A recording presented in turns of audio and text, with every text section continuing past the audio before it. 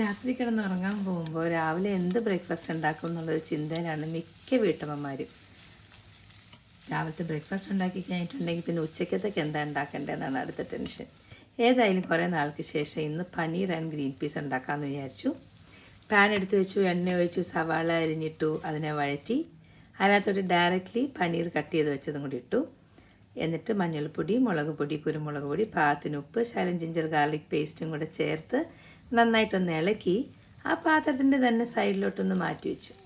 അതിൻ്റെ കൂടെ ഗ്രീൻ പീസും കൂടെ ഇട്ടിട്ട് എന്നിട്ട് അരിഞ്ഞു വെച്ച തക്കാളി അതിൻ്റെ സൈഡിലോട്ട് ഇട്ട് കൊടുത്ത് ഒന്ന് മൂടി വെച്ച് അതിനെ നന്നായിട്ട് മാഷ് ചെയ്ത് വേവിച്ചെടുത്തു.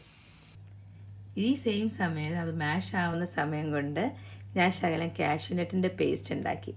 അതും കൂടി ഇതിൻ്റെ കൂടെ ചേർത്ത് കൊടുത്ത് പാകത്തിന് ഉപ്പും കൂടെ ചേർത്ത് നന്നായിട്ട് ഇളക്കി കുക്കർ ക്ലോസ് ചെയ്ത് വെച്ച് ഒരു വിസിലടിച്ചു കഴിഞ്ഞ് ചെക്ക് ചെയ്തപ്പോഴത്തേക്കും അത് വെന്തിട്ടുണ്ട്. അത്രയും ഈസിയാണ്, സിമ്പിളായിട്ട് ഉണ്ടാക്കാവുന്നതാണ്. ട്രൈ ചെയ്ത് നോക്കൂ.